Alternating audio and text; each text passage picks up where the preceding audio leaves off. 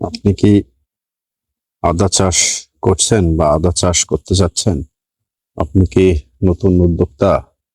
আদা চাষ কিভাবে করতে হয় সেটা বুঝতে পারতেছেন না, অথবা আদা চাষ করেছেন কিন্তু এরপরে করণীয় কি বা কি কি করবেন সে সম্পর্কে আপনি জানেন না, তাহলে আজকের ভিডিওটি আপনার জন্য। আজকের ভিডিওটি শুরু থেকে শেষ পর্যন্ত দেখলে অনেক অজানা তথ্য আপনার জ্ঞান ভান্ডারকে আরো সমৃদ্ধি লাভ করতে পারে।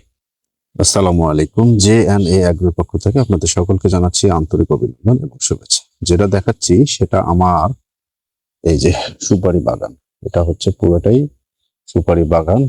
এই সাইডেও আপনাদের যদি দেখাই, তারপরে এই সাইডটাও যদি দেখাই, এটা হচ্ছে পুরোটাই আমার এখানে সুপারি বাগান। তো এই সুপারি বাগানের মাঝখানে এর আগে আমি লাগিয়েছিলাম হচ্ছে মুখী কচু।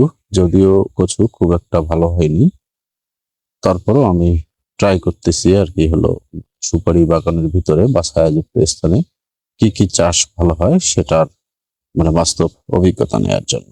তা এবার আমি এইখানে আদা চাষ করেছি। এই যে এর আগে আমি আমার একটা ভিডিওতে বলেছিলাম যে হলো আদার কন্দ লাগাবো। ঠিক এটা হচ্ছে আদার কন্দ না, সরি, আদার চারা লাগাবো। অর্থাৎ আদার কন্দ আমি লাগিয়ে দেখেছিলাম যে হলো আদার কন্দতে নানাবিধ রোগ হয়ে থাকে, বিশেষ করে যে এর গোড়ায় আর কি পচন রোগ ধরে। এটার কারণে পুরো আদা ক্ষেতটা নষ্ট হয়ে যেতে পারে। তো এবার এই কারণেই আমি হলো আদার চারা লাগিয়েছি। কারণ হচ্ছে আমি যেহেতু 1 মাস পিছিয়ে গিয়েছিলাম আমার এই জায়গায় মুখী কচু থাকার কারণে, এ কারণে আমার চারাগুলো লাগা, অর্থাৎ আমি চারাটা লাগিয়েছি জুলাইয়ের শেষের দিকে। আর আদা চাষের উপযুক্ত সময় হচ্ছে মে মাস পর্যন্ত লাগানো যায় বা সর্বোচ্চ জুন মাস পর্যন্ত, কিন্তু আমি লাগাইলাম হচ্ছে জুলাইয়ে। কিন্তু এই চারাগুলোর আমার বয়স কিন্তু মিনিমাম 2 মাস।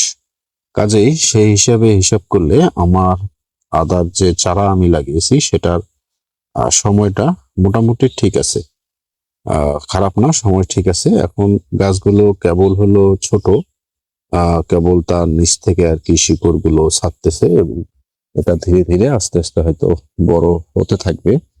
এখন আদাতে বিভিন্ন ধরনের রোগ হয়ে থাকে, এইটা আমি হয়তো আপনাদেরকে সময় অনুযায়ী বা যখন যে রোগটা হয়তো আমার জমিতে যদি আক্রমণ করে বা যদি দেখি যে আক্রমণ নাও করে, তারপরও আমি ওই সমস্ত রোগগুলো নিয়ে আপনাদের মাঝে আমি পরবর্তীতে বিভিন্ন ধরনের কথাবার্তা হয়তো বলবো।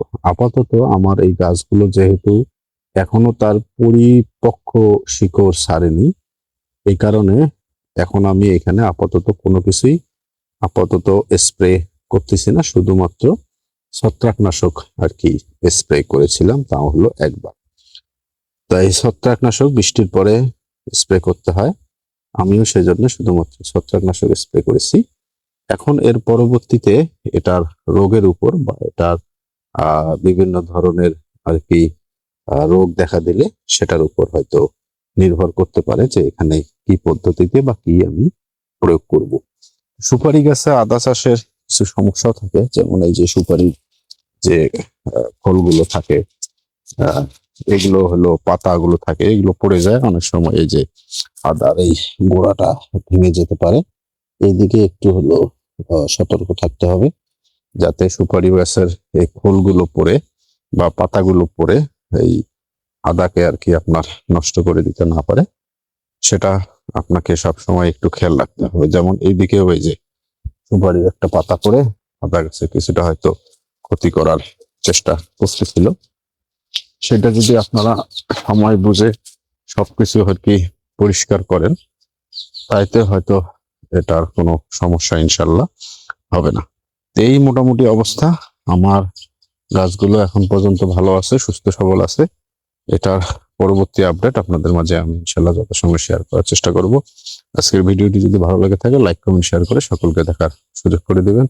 আজকে এ পর্যন্ত, দেখা হবে অন্য কোনো ভিডিওতে। সে পর্যন্ত ভালো থাকবেন। আসসালামু আলাইকুম।